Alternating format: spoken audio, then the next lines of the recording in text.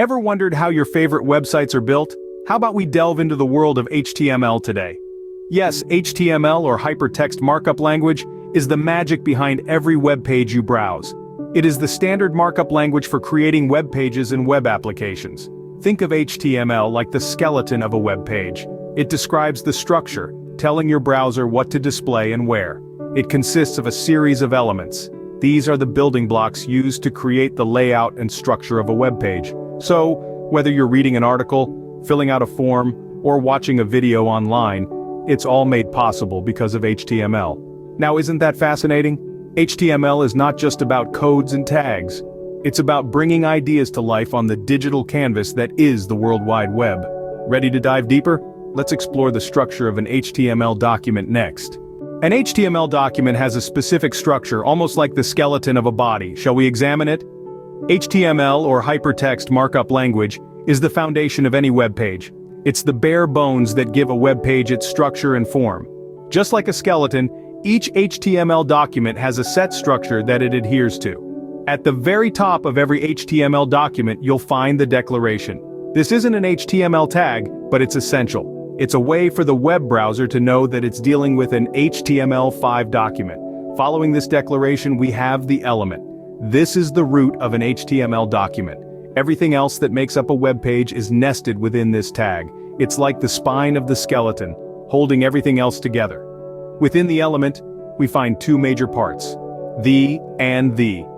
The element acts like the brain of the web page.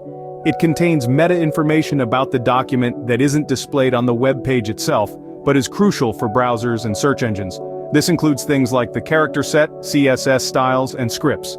A crucial part of the section is the element. It defines the title of the document, which is displayed in the browser's title bar or tab. It's a small yet significant part of the HTML document structure, like the heart, pumping vital information to the rest of the page. Then we have the element. This is where all the visible aspects of your web page reside. It's the flesh and skin that cover the skeleton. Everything you see when you visit a web page, the text, images, videos, links, and more, all of these are contained within the tag. So, there you have it. The declaration, the element, the and elements, and the important element. Each of these plays a vital role in the structure of an HTML document. Now that we understand the structure, let's move on to the building blocks. HTML elements. HTML elements are the building blocks of any HTML page. Intrigued to know more about them? Well, let's dive right in. At its core, HTML, or hypertext markup language, is a system of elements. These elements, or tags, tell your browser how to interpret the content between them. It's like giving your browser a set of instructions on how to construct a web page. An HTML element typically consists of a start tag, some content, and an end tag. The start and end tags are the actual HTML elements, and the content is what is displayed on your web page. The end tag is the same as the start tag, but with a / before the tag name. Let's consider some common HTML elements. Firstly, we have the element. This is a heading element, and the number denotes the level of the heading. Is the highest level, and often used for main titles. Next up is the element. This stands for paragraph. It's used to denote a block of text and is a staple in any HTML document. Then we have the element, which stands for anchor. This is used to create hyperlinks, allowing you to click on a piece of text or an image and be taken to a different web page. The element is used to embed images into your web page. It's unique because it's a self-closing tag, meaning it doesn't need an end tag. Lastly, we have the element. Div stands for division. It's a container that divides the page into sections.